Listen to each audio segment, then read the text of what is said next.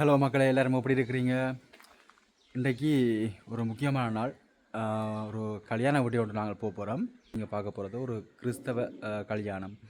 நாங்கள் சர்ச்சுக்கு போக போகிறோம். சர்ச்சில் போய் தான் அந்த கல்யாணம் நடக்க போகுது. யாழ்ப்பாணம் புனித மரியன்னை தேவாலயத்துக்கு போக போகிறோம். அந்த தேவாலயம் வந்து ஒரு பழமை வாய்ந்த ஒரு தேவாலயம், பெரிய கோயில் அப்படின்னு கூட சொல்லிவினோம்.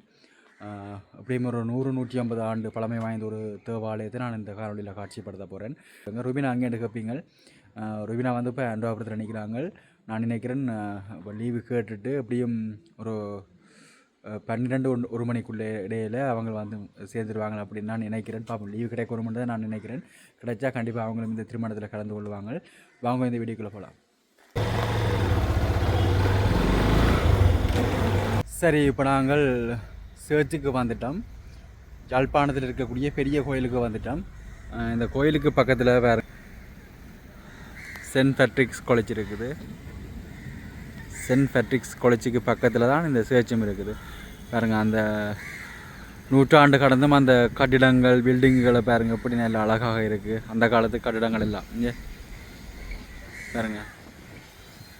இதனால தான் இது பெரிய கோயில் அப்படின்ட்டு சொல்லி நம்ம போராடாக்கு. அந்த காலம் கடந்து ஒரு பழைய கால அந்த கட்டிடங்களை நாங்கள் பார்க்கக்கூடிய மாதிரி இருக்கு. வேறு அழகாக இருக்குல்ல.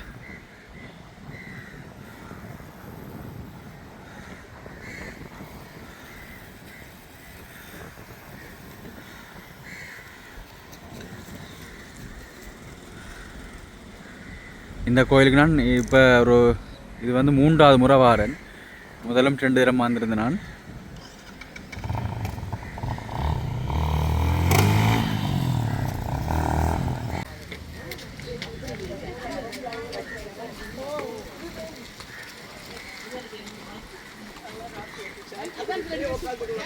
இப்போ வந்து மாப்பிள்ளை வந்திருக்கிறேன்.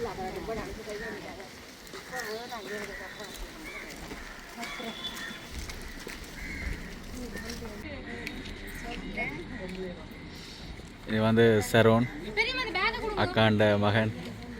இது ஸ்டீவன், அக்காண்ட 2வது மகன். இப்போ மணப்பெண் அழைத்து வரப்பட்டு கொண்டிருக்கிறாங்க.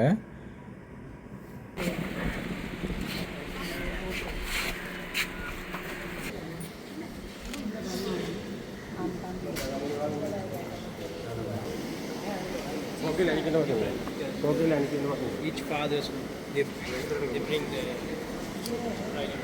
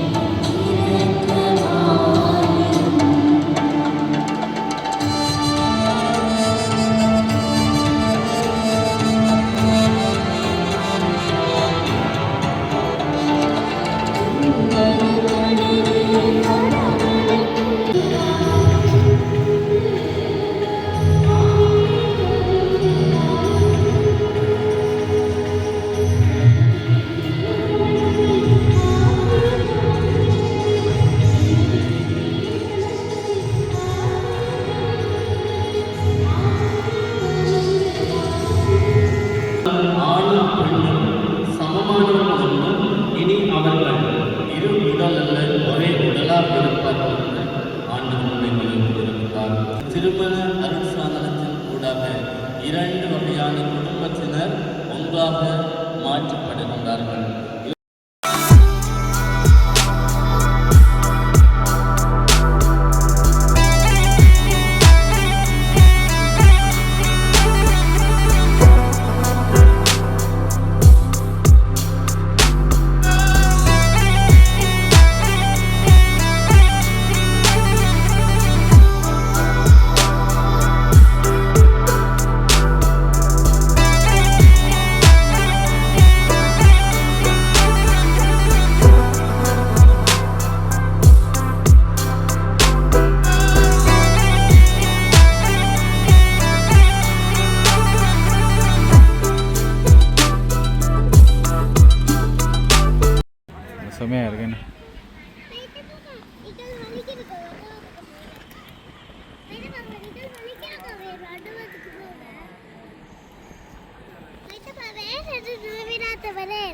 மெருவாவா மெருவா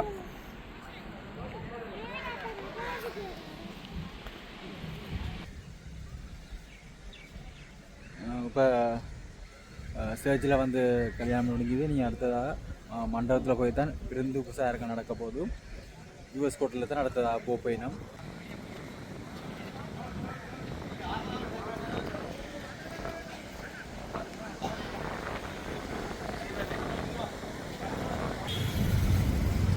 இப்போ யாழ்ப்பாணத்தில் இருக்கக்கூடிய யூஎஸ் கோர்ட்டலுக்கு வந்துட்டோம். உள்ளுக்கு போய் பார்ப்போம்.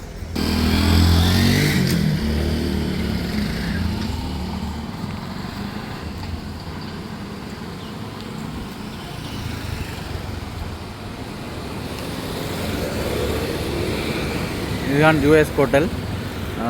4வது மாடின்னு சொன்னவ பார்ப்போம். லிஃப்ட்டில் ஏறி 4வது மாடிக்கு வந்துட்டோம். இந்த 4வது மாடியில் அந்த விண்டோ சீட்டுக்கு கிட்ட தான் நான் இப்போ நிற்கிறேன். பாருங்கள், இந்த வியூவில் நின்று அந்த கீழ்மட்டத்தை பார்க்கும்போது பச்சை பசையிலேருந்து எல்லாமே நல்ல ஒரு கண்ணுக்கு ஒரு அழகான ஒரு இடமாக தான் பார்க்கக்கூடிய மாதிரி இருக்குது. செமையாக இருக்குது. என்ன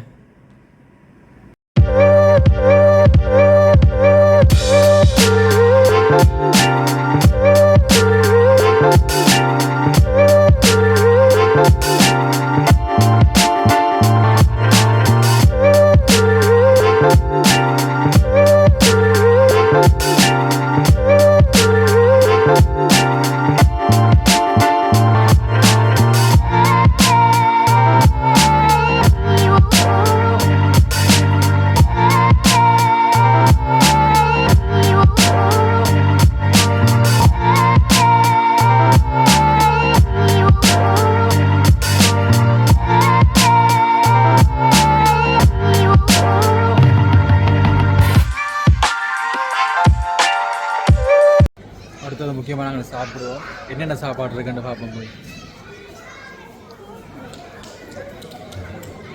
மரக்கரையும் இருக்குது.